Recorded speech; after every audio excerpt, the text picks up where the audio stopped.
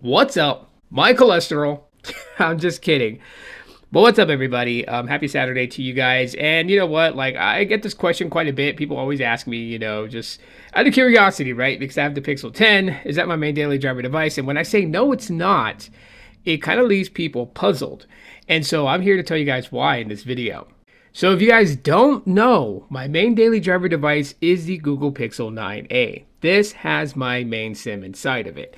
After all the testing with the Pixel 10 and all the vlogging about the Pixel 10, and now that I'm back to kind of like my normalcies, day-to-day operations, the 9a is my main daily driver device with main SIM card, and for very good reason. See, if you guys didn't know, I did say I was picking up the Pixel 10. 50% of the reason why I picked it up was to be able to unbox it and review it for all of you guys to get my perspective on the Pixel 10 since I had the opportunity to be able to get the phone. The other reason why I got it was because I had a triple camera setup, which I was going to use, in fact, as my main vlogging device. So future videos shot, recorded for YouTube, whether it's in portrait or in landscape, whatever the case may be, it is going to be done from the Pixel 10, which frees up my ability to be able to just have this device for my main text messaging, phone calls, emails, and all those other things that I do on a day-to-day basis, since technically this channel is like a business that I'm running. Now, it's not to say that the Pixel 9a is better than the Pixel 10. I'm not one of those guys that has to have the top-of-the-line product as my day-to-day daily driver use. I can suffice with something that others may overlook in favor of some of the things that which to me don't matter about a smartphone. See, I've always said the Pixel 9a is a flagship in my opinion, and that's just because a lot of the things going on software-wise is pretty much matchable to its, glass counterpart brethren, aka the Pixel 9. Tensor G4s all the way around, 120 Hz refresh all the way around. The Pixel 9a is lacking in a few things. One, the iconic identity of the camera visor, and then two, a plastic back, which, in my opinion, doesn't really make a phone flagship. I don't know why. I just don't know why people think glass is going to make the experience so much better. I mean, there's benefits to having a glass back display. Obviously, wireless charging is going to probably be one of the things that people reference to.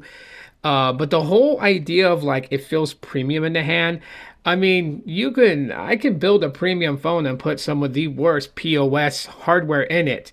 Does that mean that you guys are going to rant and rave, accept and love that phone once you boot it on and use it? I mean, if it looked like the camera shot things through a potato and whatever else, I'm pretty sure you guys will call it out for all the wrongs. So then in that case, to me, you just have a premium piece of glass, which obviously does nothing, right? Software is like 80% and hardware is 20%. How I judge a phone. So, I mean, it's got to have really, really good software, because at the end of the day, while, something can feel premium or not feel premium, it's how I interact with the software that actually matters. And so that's how and why I kind of would say that I judge phones differently than other people. I'm not hung up on the refresh rate. Other people are. I'm not. I can still deal with 60 Hertz. I know, that's crazy, but I can. A glass phone does not make my experience that much better, okay? Technically, there are things that the Pixel 10 is really good at and that I love, and then there are things that the Pixel 9a is better at that the Pixel 10 lacks.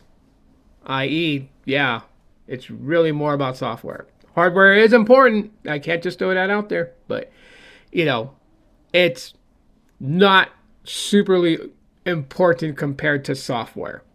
It's just that's just my judgment call on everything. So at the end of the day, yes, the Pixel 9a is my main daily driver device. The Pixel 10 has become my new vlogging camera and secondary device as well. So yes, it does run an operable SIM inside of it, and it'll continue to for the foreseeable future. But as for right now, and for a good long while, the Pixel 9a is my main daily driver device. And so when you guys have heard me say in the past that I support A-series devices the most, no BS.